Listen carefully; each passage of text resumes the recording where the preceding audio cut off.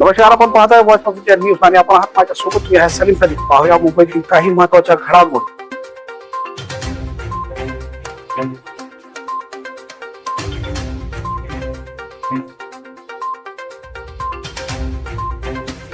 नमस्कार, voice of India news मध्ये आपले स्वागत. पाटण तालुक्यातील हजारो कुटुंबांची मागणी एकच, घरगुती वापराची वीज मोफत मिळावी.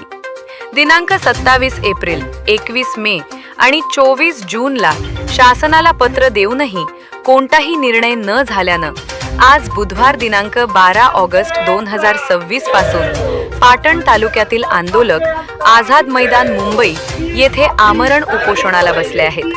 वीज नसल्यानं होणाऱ्या अडचणी आणि शासनाच्या भूमिकेवर आज आपण सविस्तर चर्चा करणार आहोत. सध्या आपण मुंबई आझाद मैदान या ठिकाणी उपस्थित आहोत आणि आपण माझ्या पाठीमागं जी काही आंदोलक आहेत ते महाराष्ट्र विमान सेना चे काही पदाधिकारी आहेत, त्यांच्या काय मागण्या आहेत. पाटण तालुक्यातील रहिवाशांसाठी वीज मोफत देण्यात यावी अशा मागण्या घेऊन आज या ठिकाणी आंदोलन सुरू आहे.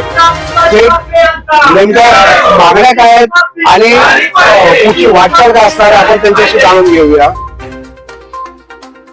काय मागण्या आहेत आपल्या? पाटण तालुक्यातील घरगुती वापराची वीज ही आमच्या तालुक्याला मोफत द्यावी ही आमची मागणी आहे आणि ती खरं तर द्यायलाच पाहिजे, कारण आमच्या पाटण तालुक्यातून वीज निर्मितीचा सर्वात जास्त वीज निर्मिती करून देणारा तालुका आहे आणि त्याच तालुक्याला 62 सालापासून कोणतीही या शेतकऱ्यांना नागरिकांना तिथल्या सवलत देण्यात आलेली नाही. आमचं म्हणणं आहे की घरगुती वापराची वीज द्यायला कोणती हरकत नाही, कारण 4 ते 5,000 मेगावॅट पाटण तालुका रोज मेगावॅट जर निर्मिती करून देत असेल तर 30-40 मेगावॅट देण्यासाठी काही मोठी गोष्ट नाही.